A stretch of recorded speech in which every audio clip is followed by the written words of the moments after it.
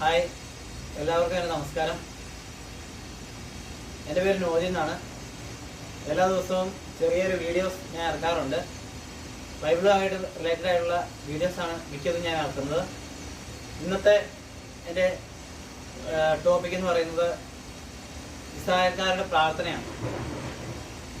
ബൈബിളിലെ 2 മക്കബായർ 1-ാം അധ്യായം 24-25 വാക്യങ്ങളാണ്. നമുക്കത് കേട്ടു നോക്കാം. അത് കേട്ട ശേഷം നമുക്കും ദൈവത്തോട്, സർവശക്തനായ ദൈവത്തോട്, കർത്താവിനോട് പ്രാർത്ഥിക്കാം. നമുക്കത് കേട്ടു നോക്കാം എങ്ങനെയാണ്.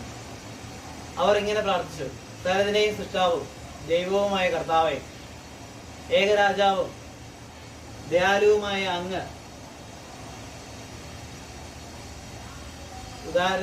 അങ്ങ് ഭീതികരനും ബലവാനും നീതിമാനും കാരുണ്യവാനുമാണ്. അങ്ങ് മാത്രമാണ് ഉദാരനും നീതിമാനും സർവശക്തനും കാരുണ്യവാനും സർവശക്തനും നിത്യനുമായവൻ. അങ്ങ് സകല തിന്മകളിൽ നിന്നും ഇസ്രായേൽ ജനത്തെ സംരക്ഷിക്കുന്നു. ഞങ്ങളുടെ പിതാക്കന്മാരെ അങ്ങ് തെരഞ്ഞെടുത്ത് വിശുദ്ധീകരിച്ചു. നമുക്ക് പ്രാർത്ഥിക്കാം.